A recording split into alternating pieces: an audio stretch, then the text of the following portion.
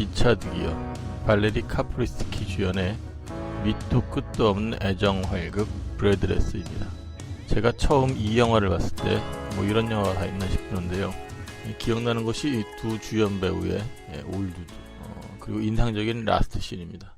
본작은 1983년작으로 국내에 동년 7월 16일 서울극장에서 개봉하였습니다. 신문 광고의 카피를 보면 우스운 내용이 많이 있습니다. 숨막힐 듯한 충동적 사랑의 신화, 스크린은 야만적 열정으로 끓어오른다. 오직 이 한 편의 강렬한 러브스토리가 이 여름 당신의 더위를 마음껏 유린한다. 그날의 저녁 노을은 바람과 함께 사라지다에 아틀란타처럼 붉은 피를 흘리고 있었다. 멕시코인의 점심 식사보다 더 뜨거운 영화. 요 문구가 앞권입니다. 당신 사촌 아주머니와는 절대 함께 볼 수 없는 영화. 자, 다음은 줄거리를 알아보겠습니다. 라스베가스를 주무대로 활동하는 건달 제시는 여기서 만났던 프랑스 출신의 유학생 모니카를 찾아 차를 훔쳐 그녀가 있는 LA로 향합니다. LA로 가는 길에 위험한 운전을 한 제시에게 경찰이 따라붙고 무작정 도망치던 제시는 차 안에 있던 총을 대체하던 경찰에게 실수로 발사를 하여 그 경찰을 죽이게 됩니다. 아무 일 없었다는 듯 LA로 온 제시는 바로 모니카의 집에 가지만 그녀는 없었고요. 또다시 학교로 가서 그녀를 찾아내지만 모니카에겐 그저 한순간의 일탈이었을 뿐 제시를 깊은 관계라 생각하지는 않는 듯합니다. 그런데 모니카는 이미 대학 지도교수와 연인 비스무리한 관계였고요. 하지만 이에 아랑곳하지 않은 제시는 계속 모니카의 주위를 돌며 멕시코로 함께 가기를 요구하는데요. 이런 제시가 밉지만은 않은 모니카는 지도교수와 제시의 사이를 밀당하면서 위태위태한 하루하루를 보내게 됩니다. 또한 경찰 살해 사건에서 사망은 제시를 향해 점점 좁혀오고 있었는데요.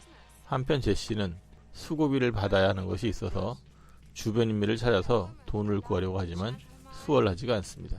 그러다 결국 모니카가 그의 경찰 살인 사건을 알게 되는데요. 나머지 내용은 직접 확인하시기 바랍니다. 브레드레스는 프랑스 누벨바그의 기수 장리 고다르의 내 멋대로 해라의 미국판입니다.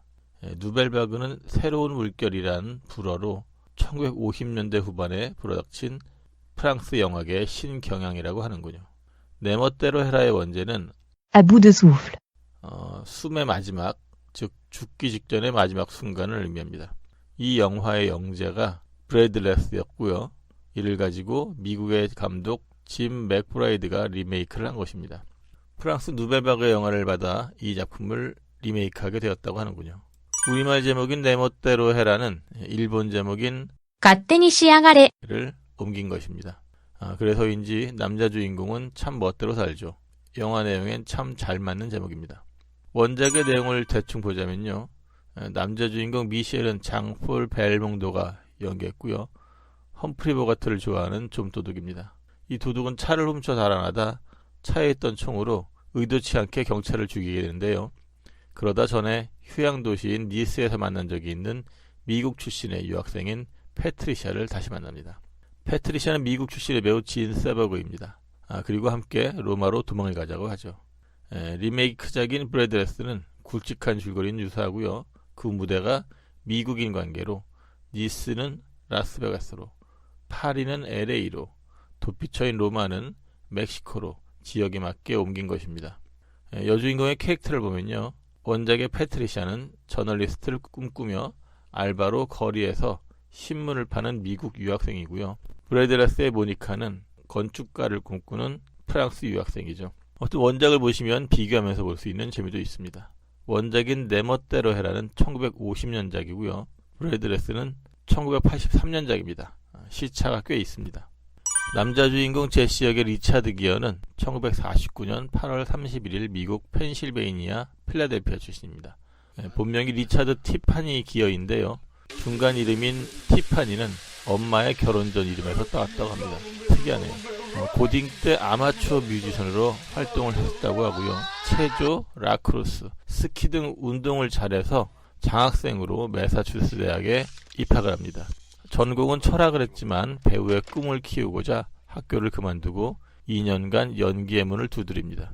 그러다 1973년 뮤지컬 그리스의 런던 공연에서 주인공을 연기하면서 그의 경력이 시작됩니다. 1983년 다이앤 키튼과의 영화 미스터 굿바를 찾아서로 주목을 받으면서 천국의 나날들, 아메리칸 지골로를 거쳐 4관과 신사로 그 이름을 세계적으로 알립니다. 이후 줄리아 로버츠와의 귀여운 여인이 히트를 했고요. 자카리나, 프라이멀 피어 같은 액션, 스릴러 장르나 시카고 같은 뮤지컬 영화에도 출연을 했습니다. 철학가 출신이라서인지 티베트 불교에 관심이 많아서 자신의 종교로 삼으면서 티베트 독립운동까지 관여를 했었다고 합니다. 모델 출신의 여배우 신디 크로포드와 1991년 결혼했으나 4년 뒤 이혼했고요. 007 라이센스 투 킬의 본드걸 캐리 로웰과 2002년 결혼, 아이 하나를 두고 있습니다. 2016년 이혼했네요. 아이 이름이 호머 제임스 지그메 기어인데요. 지그메는 티베트어입니다. fearless, 두려움 없는, 용감한 이런 뜻이라고 하네요. 본작의 주연인 제시 역의 로버트 드니로, 알파치노, 존 트래볼터 등에게 제안이 갔었습니다. 여자 주인공인 발레리 카프리스키에 대해 알아보겠습니다. 이름에서 느껴지듯이 미국 배우는 아니죠. 작중에서도 프랑스 유학생으로 나오듯이 프랑스 출신입니다. 1962년생이고요. 1981년부터 작품 활동을 시작하여 현재까지도 활동을 하고 있는 배우입니다. 근데 왜 우리한테 익숙하지 않느냐? 현재는 주로 자국 영화나 TV 쪽으로 활동을 하고 있고요. 우리가 익숙한 영미권 영화에는 아주 가끔씩 출연하기에 잘 모르는 것 같습니다.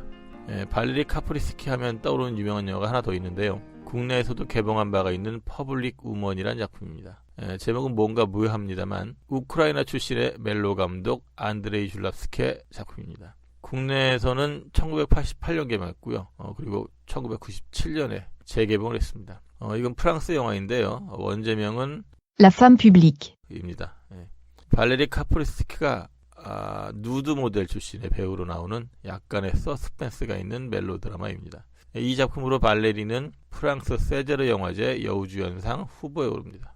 카프리스키는 발레리의 폴란드 출신의 엄마의 처녀적 이름이라고 하네요. 아까 리차드 기어도 엄마의 결혼 전 처녀적 이름을 준 건 미들네임으로 썼는데 이게 또 우연으로 겹치네요. 아버지는 터키와 아르헨티나계 혼혈이라고 합니다. 8살 때 깐느로 이사를 갔는데요. 깐느가 영화의 도시잖아요. 그래서 17세에 파리로 가서 낮에는 일반 학교를 다니고 밤에는 연기 학교를 다니면서 배우의 꿈을 키웠다고 합니다. 알랭 들롱의 아들인 안소니 들롱과 잠시 사귄 적이 있습니다. 여주인공 모니카 역의 나스타샤 킨스키에게 제안이 갔습니다만 거절을 했는지 발레리에게 배역이 돌아갔습니다. 그럼 마지막 장면 보시면서 마감을 하겠습니다. 죽기 전에 한 번은 꼭 다시 봐야 할 추억의 명작 리차드 기어와 발레리 카프리스키의 브래드레스였습니다.